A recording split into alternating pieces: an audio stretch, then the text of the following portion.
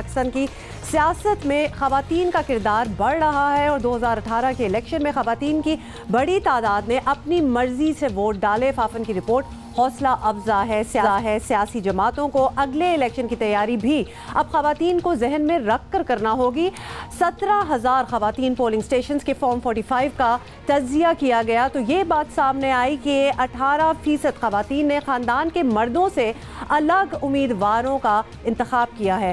3,224 हल्कों की ख़वातीन ने उम्मीदवारों का इंतखाब आज़ादाना तौर पर किया और हौसला अफजा बात यह है कि ये शरह खैबर पख्तूनख्वा और बलोचिस्तान में ज़्यादा थी।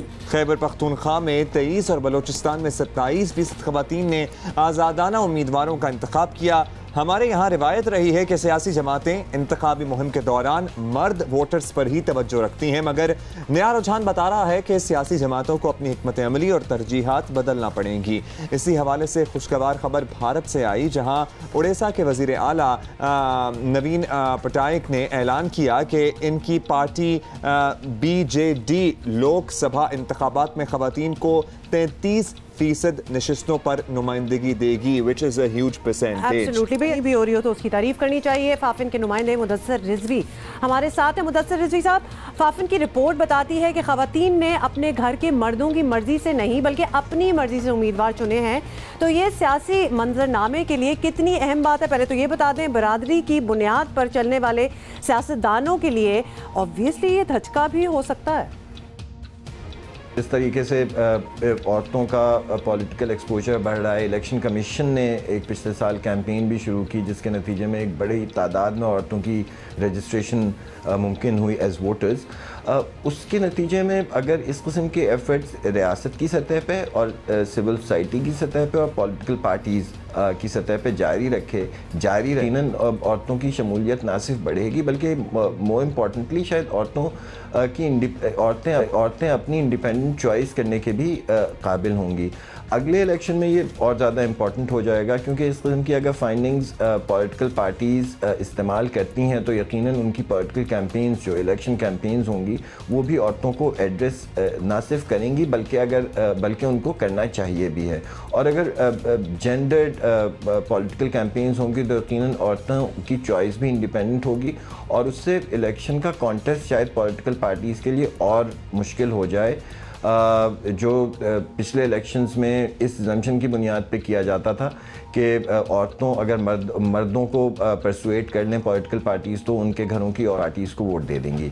मुदस्सिर साहब, आप ये समझते हैं कि जो ट्रेंड है अब बढ़ेगा, अब पच जाएगा अगले पॉलिटिकल इलेक्शंस में, अगले जनरल इलेक्शंस में फिर पॉलिटिकल पार्टीज़ को और तवज्जो देनी होगी क्योंकि ख़वातीन अब अपनी मर्जी से ज़्यादा वोट करती नज़र आएंगी?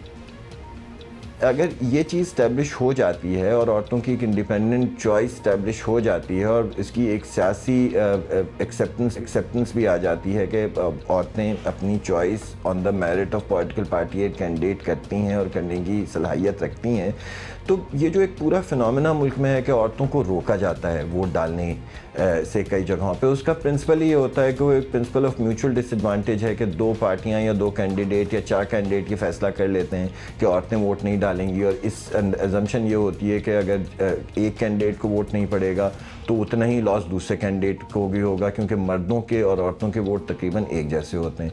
तो शायद जो औरतों पे पाबंदियां लगती हैं जो कि कम रह गई हैं, उस पर इलेक्शन कमीशन ने खासे एग्जेक्टिव किस्म के स्टेप्स भी लिए हैं 2018 के इलेक्शन से पहले।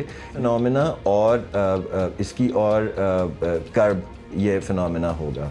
जी अच्छा मुदस्सिर साहब, आप क्या कहेंगे कि इस ट्रेंड को देखते हुए सियासी जमातों को क्या रद्द अमल देना चाहिए अब से फ्रॉम नाउ ऑन? क्या उन्हें अभी से ख़वातीन को राग़िब करने वाली पॉलिसीज़ की हिकमत अमली बनानी चाहिए? देखिए, इस मुल्क में औरतों के जो मामलात हैं और औरतों के जो इश्यूज़ हैं उसकी एक हाईएस्ट लेवल पे एक्नॉलेजमेंट तो मौजूद है, लेकिन उस पर अमल दरामद करने के लिए एक पूरी पॉलिटिकल और सोशल चेंज की ज़रूरत है।